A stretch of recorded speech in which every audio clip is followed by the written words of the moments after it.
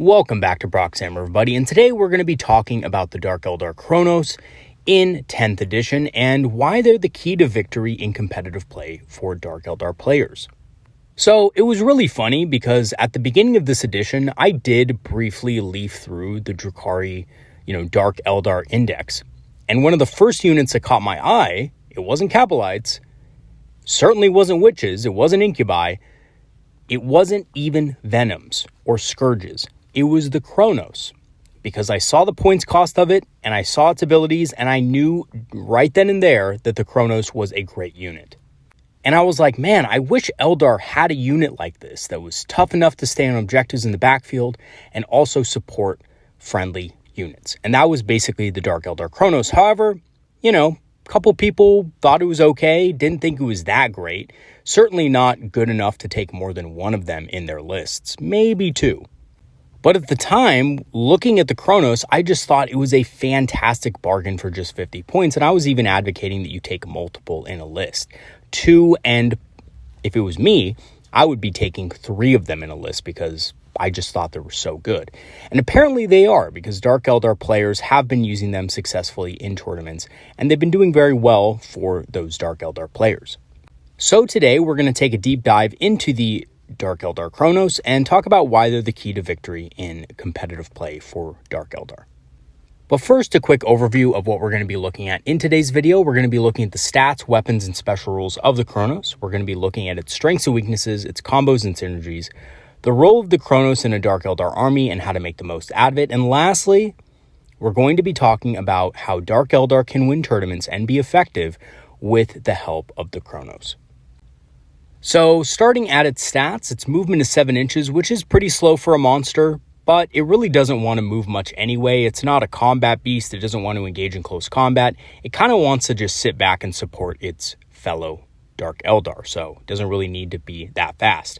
It's pretty tough with toughness 7, 7 wounds, and a 3+ save. Now that doesn't look like much to you guys on paper, but for its cost, it's absolutely amazing. And this thing also comes with a few other defensive buffs. It does also come with a 6+ invul save, but the invulnerable save isn't really that good and is not going to help you in a vast majority of situations. Might help you against things like Meltas, Meltaguns, Multi-Melta, stuff like that with AP -4, but other than that, it's not really that useful. As for its ranged weapons, this is really where it starts to make up its value. It has good short-range damage that hits on a 3+, or auto hits if using the Spirit Siphon. So the Spirit Siphon is a flamer, which auto hits, which is great. And then the Spirit Vortex is a D6 blast that basically ignores cover and also hits on a 3+, which is good for, pain engines. Both of the weapons also ignore cover and they're AP -1, which isn't insignificant. If you're going against Marines in cover, strength 5, AP -1, they're going to be saving on 4+, which again is not great. It's not outstanding, but for the cost that this thing is, it's actually very good damage. And can also help this thing clear light infantry extremely effectively. Units like Eldar, Eldar Swooping Hawks coming into the backfield, this thing can overwatch them pretty easily, so those Swooping Hawks have to watch out. As for its melee weapons, it has terrible melee, even by the standards of its cost. Weapon skill 4+, strength 5, AP nothing, but it really doesn't want to be in melee in the first place, and because it is a monster, it does and can shoot in close combat as well, so it doesn't really need to worry too much about that, although, melee is not something it typically wants to be engaged with. As for its special rules, it has 5+ Feel No Pain, which makes it extremely durable for the cost. So not only is it toughness 7 with a 3+ armor save with 7 wounds, which is already pretty good, but it also has a 5+ Feel No Pain, which is exceptionally good with models with multiple wounds. Models like the Cronos with 7 wounds that, no matter really what weapon you're going to be firing at it, it's not going to reliably be able to one-shot this model. So if you're running against another Eldar player and they decide to Bright Lance you and do 8 damage to your Cronos, well, I'm going to have some bad news for that Eldar player. You're probably not going to kill it because not only am I going to get invul saves against it or just regular armor if I'm in cover, but I'm also going to get a 5+ Feel No Pain. So your chances of one-shotting this thing with a single Bright Lance or Last Cannon or whatever you have is extremely low. Also, one of the best abilities it has that kind of puts it over the top for me in terms of competitiveness is its Pain Parasite Aura. So it's a 9-inch aura, so it's a basically a pretty huge aura around it that it covers. And on a 4+, it regenerates a pain token when used within 9 inches on it. So if a unit uses a pain token within 9 inches of this model, on a 4+, you get that pain token back, which is incredibly useful, and it's one of the best abilities in the entire Dark Eldar index. Because pain tokens are so important to keep that efficiency up on your Dark Lances, on your Splinter weapons, to make sure that you're dealing good damage throughout the whole game. Getting those rerolls to hit is very important. So being able to regenerate these throughout the game is a huge deal, especially on units like Scourges and Ravagers that are going to be in the backfield with your Cronos. As far as its war gear options go, it can take the Spirit Vortex, which you will always want to take because it's just free, you might as well, and it's a pretty good weapon on top of that. As for its unit composition, like I've said before, it only costs 50 points for one. Now, the real question is, do you go with 2 of these? Now, I don't think you go with 2 in a unit. I think you just do 3 units of 1. I think that's probably the best way to run them. But, if you wanted to do a couple of units of 2, they're not bad in units of 2. I just think that they're probably not as efficient because, you can't spread the ability out as far if you do that in your backline. And it makes the unit a little bit less cost effective when your opponent is firing anti-large weaponry at it. But other than that, 50 points per Cronos is an absolute steal of a deal considering its weapons aren't bad and it has a great support rule that regenerates pain tokens for you. As for its keywords, it does have the monster and fly keywords, which isn't a great combination on such a slow-moving model, I have to say, so it's probably not going to be moving far out of your deployment zone, except in the very late game when you really need to rush for objectives and things like that. But, again, it doesn't need to, right? Because it's just there to support your backline units. As far as the strengths and weaknesses of the Cronos go, its strengths are it's extremely tough for the cost. Toughness 7, 7 wounds, 3 up armor save, 5+ feel no pain is a great stat line against almost every single anti-large weapon in the game for the cost of 50 points. So again, there's a lot of Eldar units that are actually way more expensive than this and are much less durable. So this thing is extremely good for the cost in terms of survivability. It's also a great support unit and it helps you regenerate pain tokens, and it's a great backline objective babysitter with good area denial. So the other thing about this model that I think a lot of people don't think about is, Kabalites do have sticky objectives, but if your opponent is able to land something on an objective and steal that away, sticky objectives isn't as useful. The Cronos prevents this. And the Cronos also is a good model for screening because not only does the Cronos have a decent size for its points cost, especially if you're running 3 of them, but it has that flamer and that vortex, that spirit vortex that can shoot overwatch at enemy units trying to get into your backfield. So really sneaky Eldar units that are coming up into your backfield trying to score on secondaries, this thing can overwatch pretty effectively and deal some good damage to them. And then, of course, when it's your turn, this thing can easily finish those types of units off for just the simple cost of 50 points. Its weaknesses are that it is weak against armor. Its shooting is good, but anything harder than a medium infantry target is going to be pretty impossible to kill. And it also has very weak melee. If you're able to get this thing into melee, yes, it can shoot into melee with its flamer, but it struggles doing much else, so it really doesn't want to be in combat. As for the Cronos' combos and synergies, it's great at recycling pain tokens for backline units like Scourges and Ravagers. It does have the movement to get into good positions with the aura range of 9 inches to be able to buff a lot of different units on the battlefield, especially if you have multiple of them. So if you have 2 or 3 of these guys, most of your backline is going to be re-rolling hits pretty much the entire game. And keep in mind also, you do regenerate pain tokens when enemies fail battle shock tests and also when enemies are destroyed. So if you can keep that firepower up in your backline, you will be regenerating pain tokens. And basically your whole backline is going to be getting a permanent guide for the rest of the game. And the Cronos is key to this. It can also be combined with Kabalites to ensure objectives stay under your control. Again, just having Kabalites in your armory doesn't mean your primary game is secured. You do need units that are tough to be able to sit on those objectives. And of course, the Cronos fits the bill, which is absolutely fantastic, especially on terrain dense boards when your opponent isn't really going to be able to easily shoot something on your home objective that easily. Yuri and Rikarth can also heal them and revive himself, but he's probably not worth the extra points. I think he's better than a homunculus, but he's not really worth his 85 points. It's better off cutting him and just going with a simple Archon or a simple Succubus for your Warlord. Or even Lilith for that matter.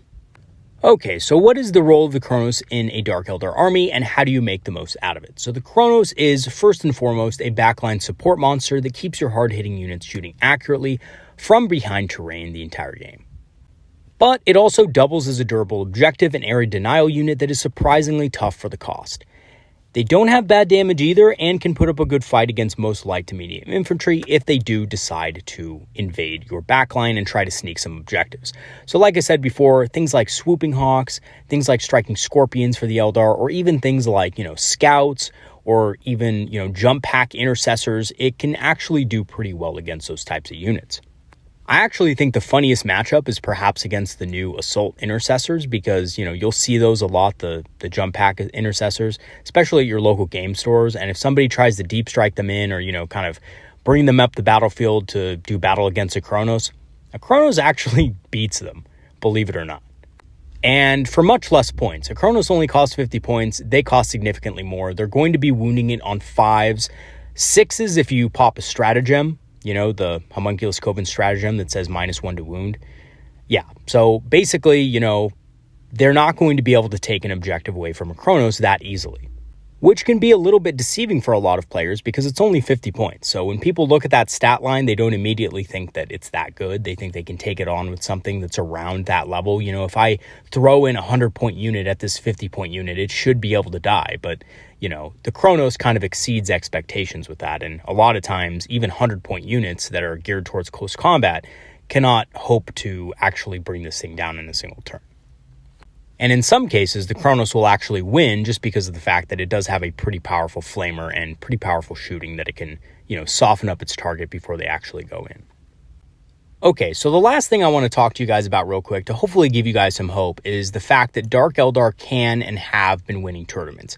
Yes, they haven't been as frequent as other armies in the game, but they have been winning them, and there's some very viable tactics that you can kind of pull off with the Dark Eldar army to achieve this. And it's not just spamming as many Dark Lances as you can in a list. Yes, you are going to have Dark Lances. Obviously, they are the best anti-large option for Dark Eldar, but there's other units involved as well, primarily combat units and our favorite, the Cronos.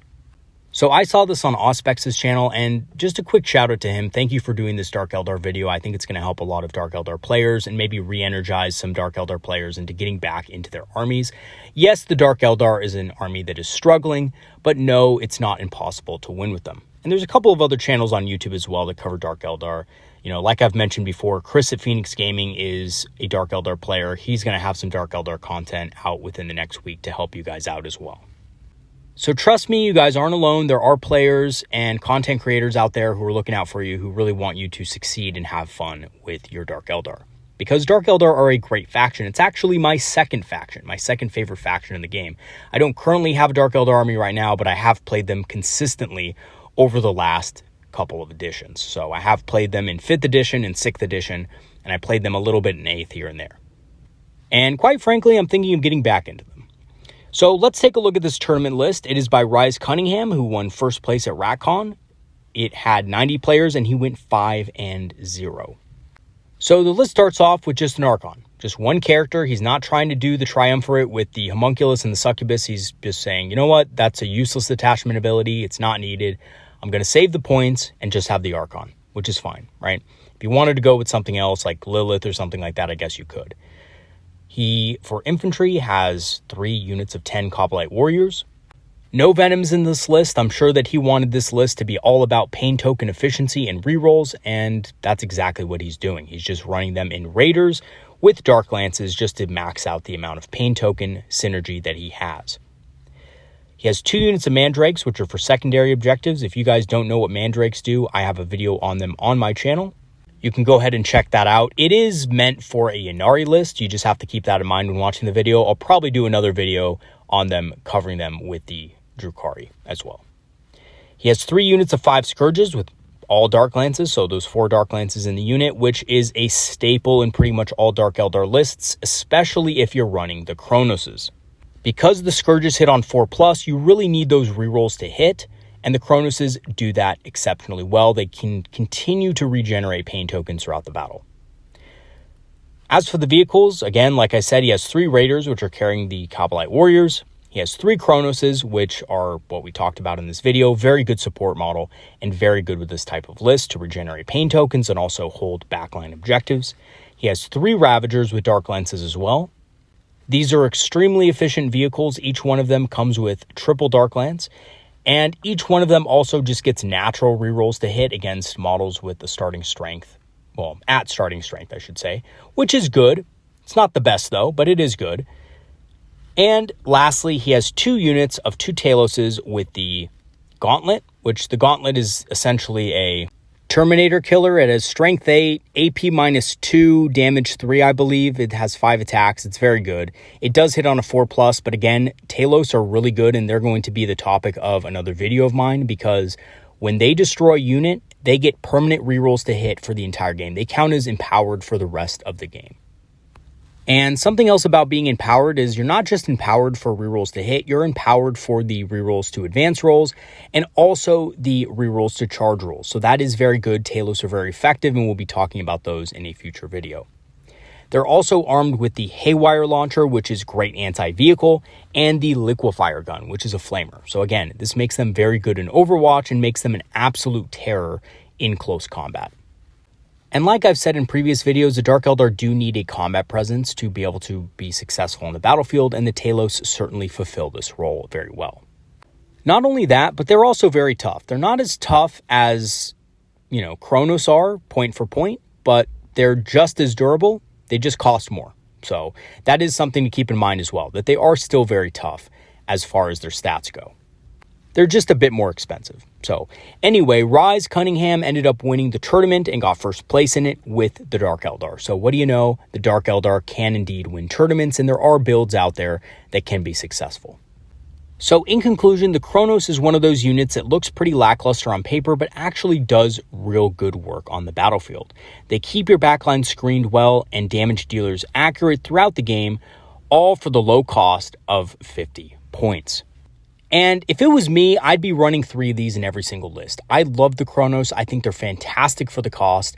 And I think, really, truly, if you're a Dark Eldar player out there and you're not running at least 1 or 2 of these things, preferably 2 at minimum, you're doing yourself a real disservice. Go out there, buy a couple of Cronos. They're awesome.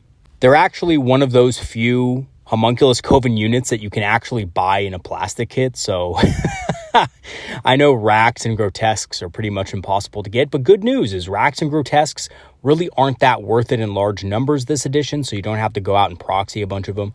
We'll go over Racks and those, Grotesques in a later video. But yeah, the Cronos and the Talos is easily the best Homunculus type unit in the game right now for competitive play for the Dark Eldar. So really consider investing in it if you're a Dark Eldar player and if you're struggling and, you don't know what else to do. I highly recommend picking up a couple of these for your future games. All right, everybody, that is going to be it for today's video. Thanks for watching. Thank you to all my patrons and supporters who have supported the channel over the last months. Your help has greatly improved the channel and helped it grow significantly.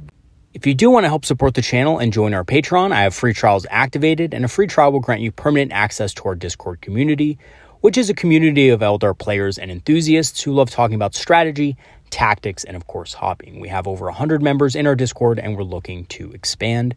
So yeah, come check it out if you can, and it's at no cost to you because of course the Patreon is a free trial, so you can always cancel that before the trial's up and still have access to the community. I do also have a channel store page and an Amazon affiliate, so if you want to grab some discounted Eldar miniatures or Dark Eldar miniatures on Amazon through my affiliate link below, it does help support the channel, feel free to do so. Or if you want to grab some Eldar-inspired apparel from the channel store page to rep your local game store, I will leave the links below in the description. All right, everybody, have some great games this weekend, and I'll see you guys in the next video. Have a good one, everybody. Peace out.